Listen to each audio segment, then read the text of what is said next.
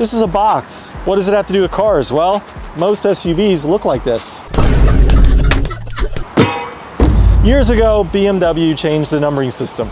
Even BMWs were coupes, and odd number BMWs were sedans. However, with the exception, you could get a Grand Coupe, or you had these crossover weird SUVs that they developed. Who are they for? I don't know, I've always wondered. So today, we'll try and answer that.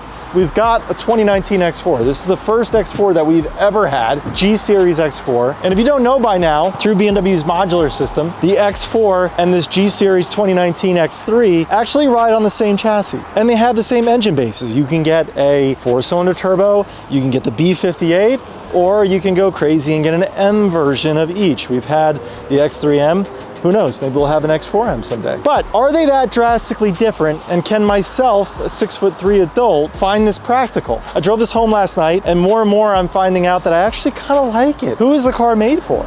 Let's find out. First things first, this is your X3. We've had tons of these, okay? Whether it's an F generation, the older E, or the newer G, we've covered this from top to bottom. We talked about design, the way it drives. Is it fast? Styling. Come this way. So this is your X3, bread and butter SUV. As you can see, sort of a boxy, traditional SUV roofline. Come back. This is your X4. Keep in mind, they ride on the same chassis. Whoa, whoa, the X3 went on Ozempic. You've got a slanting roofline. Little different. There's a lot of cargo space that has been sacrificed here, a lot of practicality sacrificed for a better looking, sleeker styled coupe crossover SUV.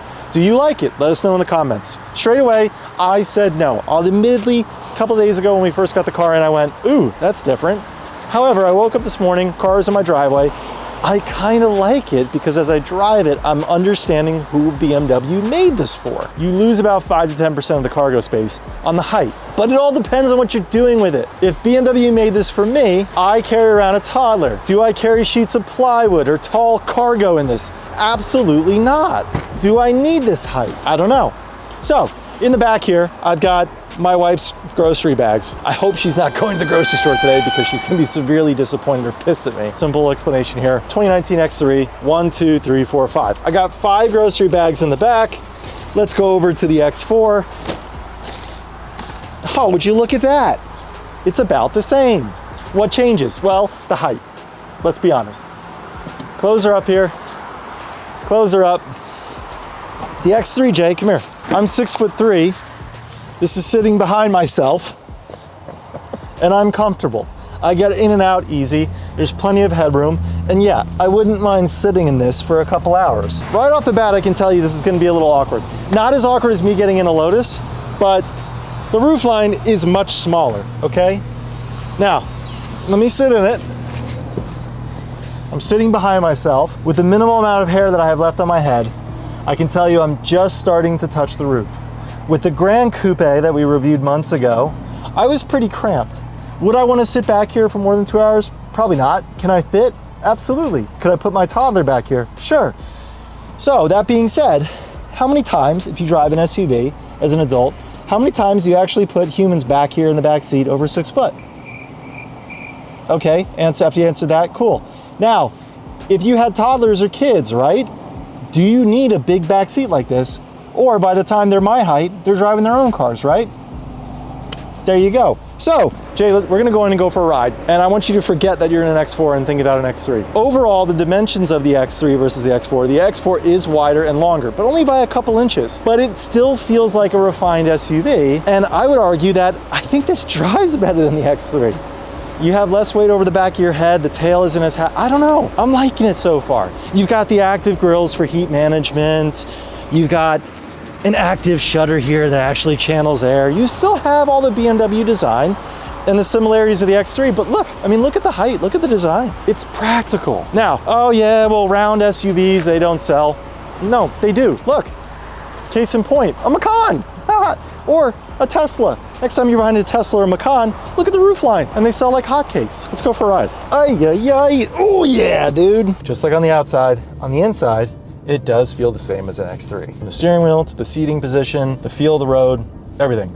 A couple things are different. For the sacrifice of practicality and a lower roofline, you also get some pretty tricky blind spots. And a lot of people who have reviewed the X4 have pointed this out. The roofline is lower, so the A-pillars are low and swinging low, sporty style here on a pretty aggressive angle. I almost feel like I'm in a 6 Series if you've ridden in one of those, or yeah, a Grand Coupe, or I hate to say it, but it's kind of the similar roofline of an Aston Martin Vantage that we've had. A lot of people have said that the A-pillars have blind spots. I don't think so. I've driven the car now for 2 straight days, mix of highway travel and around town. I don't agree with that. The 2 other blind spots that I would agree with, looking out that back window there, which Jay will cut to that. The back window is almost pointless at this stage. It's kind of like if the first time you ever drive a mid-engine or rear-engine car like a Ferrari, that's pointless. You definitely need a backup camera in this car, and you definitely need to utilize your mirrors. And the back window, again, is a sliver of... Oh yeah, there's cars back there. Gosh, it's so tight. Looks like a potato chip. Throw some tin on this thing and make it nighttime.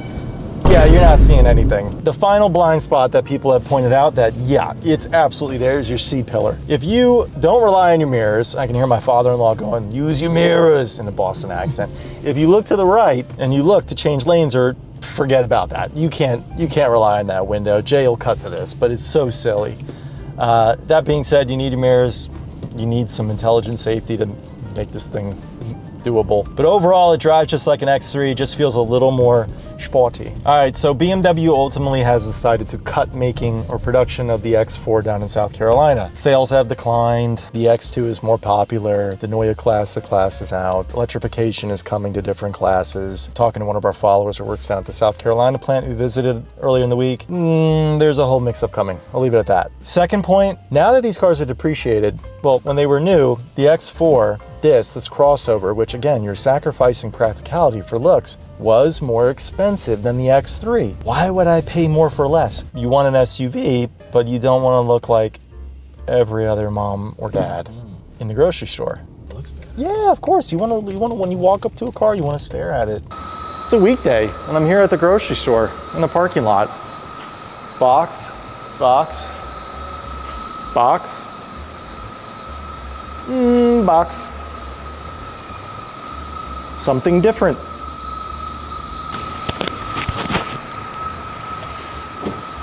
All right, why did BMW make the X4? Who is this car built for?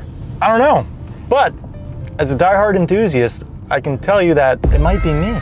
It's kind of growing on me, I'll be honest. You lose some cargo space and some practicality, you do get some pretty good looking looks, and you can stand out from the rest.